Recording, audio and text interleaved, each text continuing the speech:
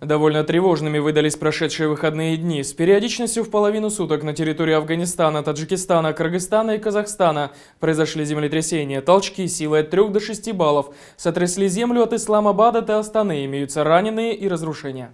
Первые самые мощные толчки были зафиксированы в полночь с пятницы на субботу на территории Афганистана, недалеко от города Ишкашим и всего в полусотни километров от таджикистанской границы. Эпицентр землетрясения находился в горах Гиндукуш, в 142 километрах южнее таджикского города Харок. Магнитуда землетрясения составила 6,2 балла, глубина очага почти 200 километров. Толчки ощутили в Кабуле, пакистанских городах Исламабад и Пешавар, таджикском Хароге и Душанбе. До столицы Таджикистана дошли 4-бальные волны, до Ташкента 3-бальные. В пакистанском городе Пешаваре было разрушено около десятка старых домов. Госпитализация понадобилась 40 жителям. По предварительным данным, погиб 1 человек, пограничник, которого придавило упавшей крышей. Люди выбежали в полночь из домов, опасаясь повторных толчков. Землетрясение длилось около минуты, но еще несколько часов люди стояли на улице, несмотря на холод, боясь возвращаться под крышу. В городе Джалалабаде, Афганистане, центре восточной провинции Нангархар, госпитализация понадобилась 12 пострадавшим, большинство из которых оделось легкими ранениями. Наиболее пострадавшим районом оказалась афганская провинция Бадахшан.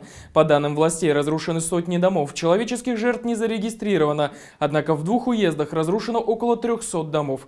Пока эти цифры предварительные, они будут уточнены после налаживания связи со всеми горными поселениями. В таджикском горном Бадахшане жертв и разрушений нет.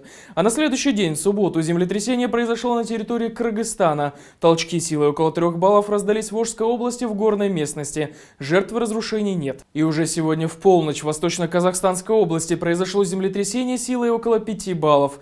Ближайший крупный город Усть-Каменогорск на расстоянии около 200 километров ощутил толчки как 2-бальные. Прошлое сильное землетрясение в Горно-Бадахшанской автономной области Таджикистана вызвало разрушение нескольких сотен домов. В конце октября землетрясение в Афганистане привело к гибели как минимум 115 человек, большая часть из которых погибла под завалами своих домов. В связи с этим мы спросили специалистов, строятся ли новые многоэтажные дома в регионе с учетом возможных подземных ударов.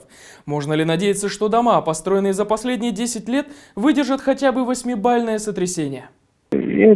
Нужно отметить, что за последние 10 лет строительство различных объектов в Таджикистане набирает беспрецедентные обороты. В соответствии со стандартами, все эти здания должны выдерживать толчки до 9 баллов. Однако на практике процесс строительства зависит от подрядчика и заказчика. Насколько заказчик готов выделить средства на качество строительства и насколько подрядчик готов выполнить возложенные на него обязательства. Также со стороны государства должен быть строгий контроль за их действиями. Архитектурно-строительный надзор должен проверять соответствие здания плану и чертежу. Все это в комплексе должно гарантировать безопасность проживающим. 31 декабря, в самый канун Нового года, в Душанбе, в театре имени Лахути, состоится благотворительный концерт. Он будет посвящен сбору средств людям, пострадавшим от землетрясения 7 декабря в таджикистанском Бадахшане. Организаторы концерта планируют доставить средства пострадавшим сразу же после концерта, еще в новогодние праздники.